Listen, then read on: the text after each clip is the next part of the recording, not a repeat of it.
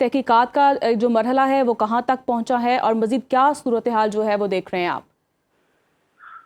Thank you for सुनो। बिस्मिल्लाहिर्रहमानिर्रहीम। सबसे पहले तो जो मैं उनके घर पे फैमिलीज में ही हूँ इस वक्त। कैप्टन रिजवान मेरे कोर्समेट हैं, बहुत अच्छे दोस्त हैं, बहुत ही इंटेलिजेंट एयरफोर्स में और बहुत ही माहिर पायलट। और सबसे पहले उनकी फैमिली और उनके लिए अभी उनकी बेटी को मैं सब्र और इस्तकामत की वो दे रहा था, क्योंकि अभी भी कशमकश बाकी है। ये बड़ा टफ टाइम होता है, क्योंकि मैं इंटरनेशनल सोसाइटी, अमेरिकन सोसाइटी का वाइस प्रेसिडेंट भी हूँ और सर नसीम, तो हमें ये बिल्कुल आइडिया है कि फैमिली किससे गुजर रही होती है। और लोग इस टाइम पे थोड़ा इमोशनली ऐसी बात कर जाते हैं कि जो फैमिली को सारी जिंदगी मतलब ज्यादा खटकती है।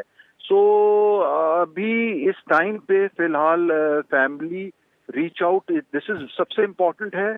और जहां तक इसकी जो इन्वेस्टिगेशन है उसमें तो फ्लाइट जो हमें इस वक्त बुनियादी हकाइक मालूम है उससे ये पता लग रहा है कि जो जहाज का इनर्शियल रेफरेंस सिस्टम, जो कि जहाज खराब था और सही हुआ शारजा में एक हफ्ते के बाद, और IRS इनर्शियल रेफरेंस सिस्टम, तो ये बहुत ही इम्पोर्टेंट सिस्टम है। पहले ज़माने में इनिशियल नेविगेशन सिस्टम होता था, अब इसको IRS लेजर के थ्रू, और इससे जहाज आप समझ रहे हैं बॉडी का दिल है, जहाज का दिल है IRS।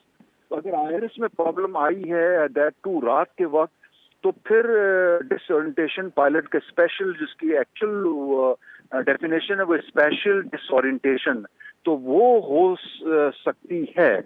तो ये तो इस वक्त के जो IRS की वजह से, अगर क्योंकि हमें पता है कि IRS में प्रॉब्लम था और रात का वक्त, तो ये बुनियादी वजह। और उसके बाद अगर डिसओरिएंटेड होकर जहाज इस तरह डाइव में 22,000 फीट पर मिनट, तो फिर उसके स्ट्रक्चर डेफिनेटली कॉम्प्रोमाइज हो सकता है। और लेकिन सबसे इम्पोर्टेंट ये है कि ये पायलट तो एक एंड यूजर होता है, उससे पीछे जितने भी प्रोसेसेस होते हैं वो बड़े इम्पोर्टेंट हैं।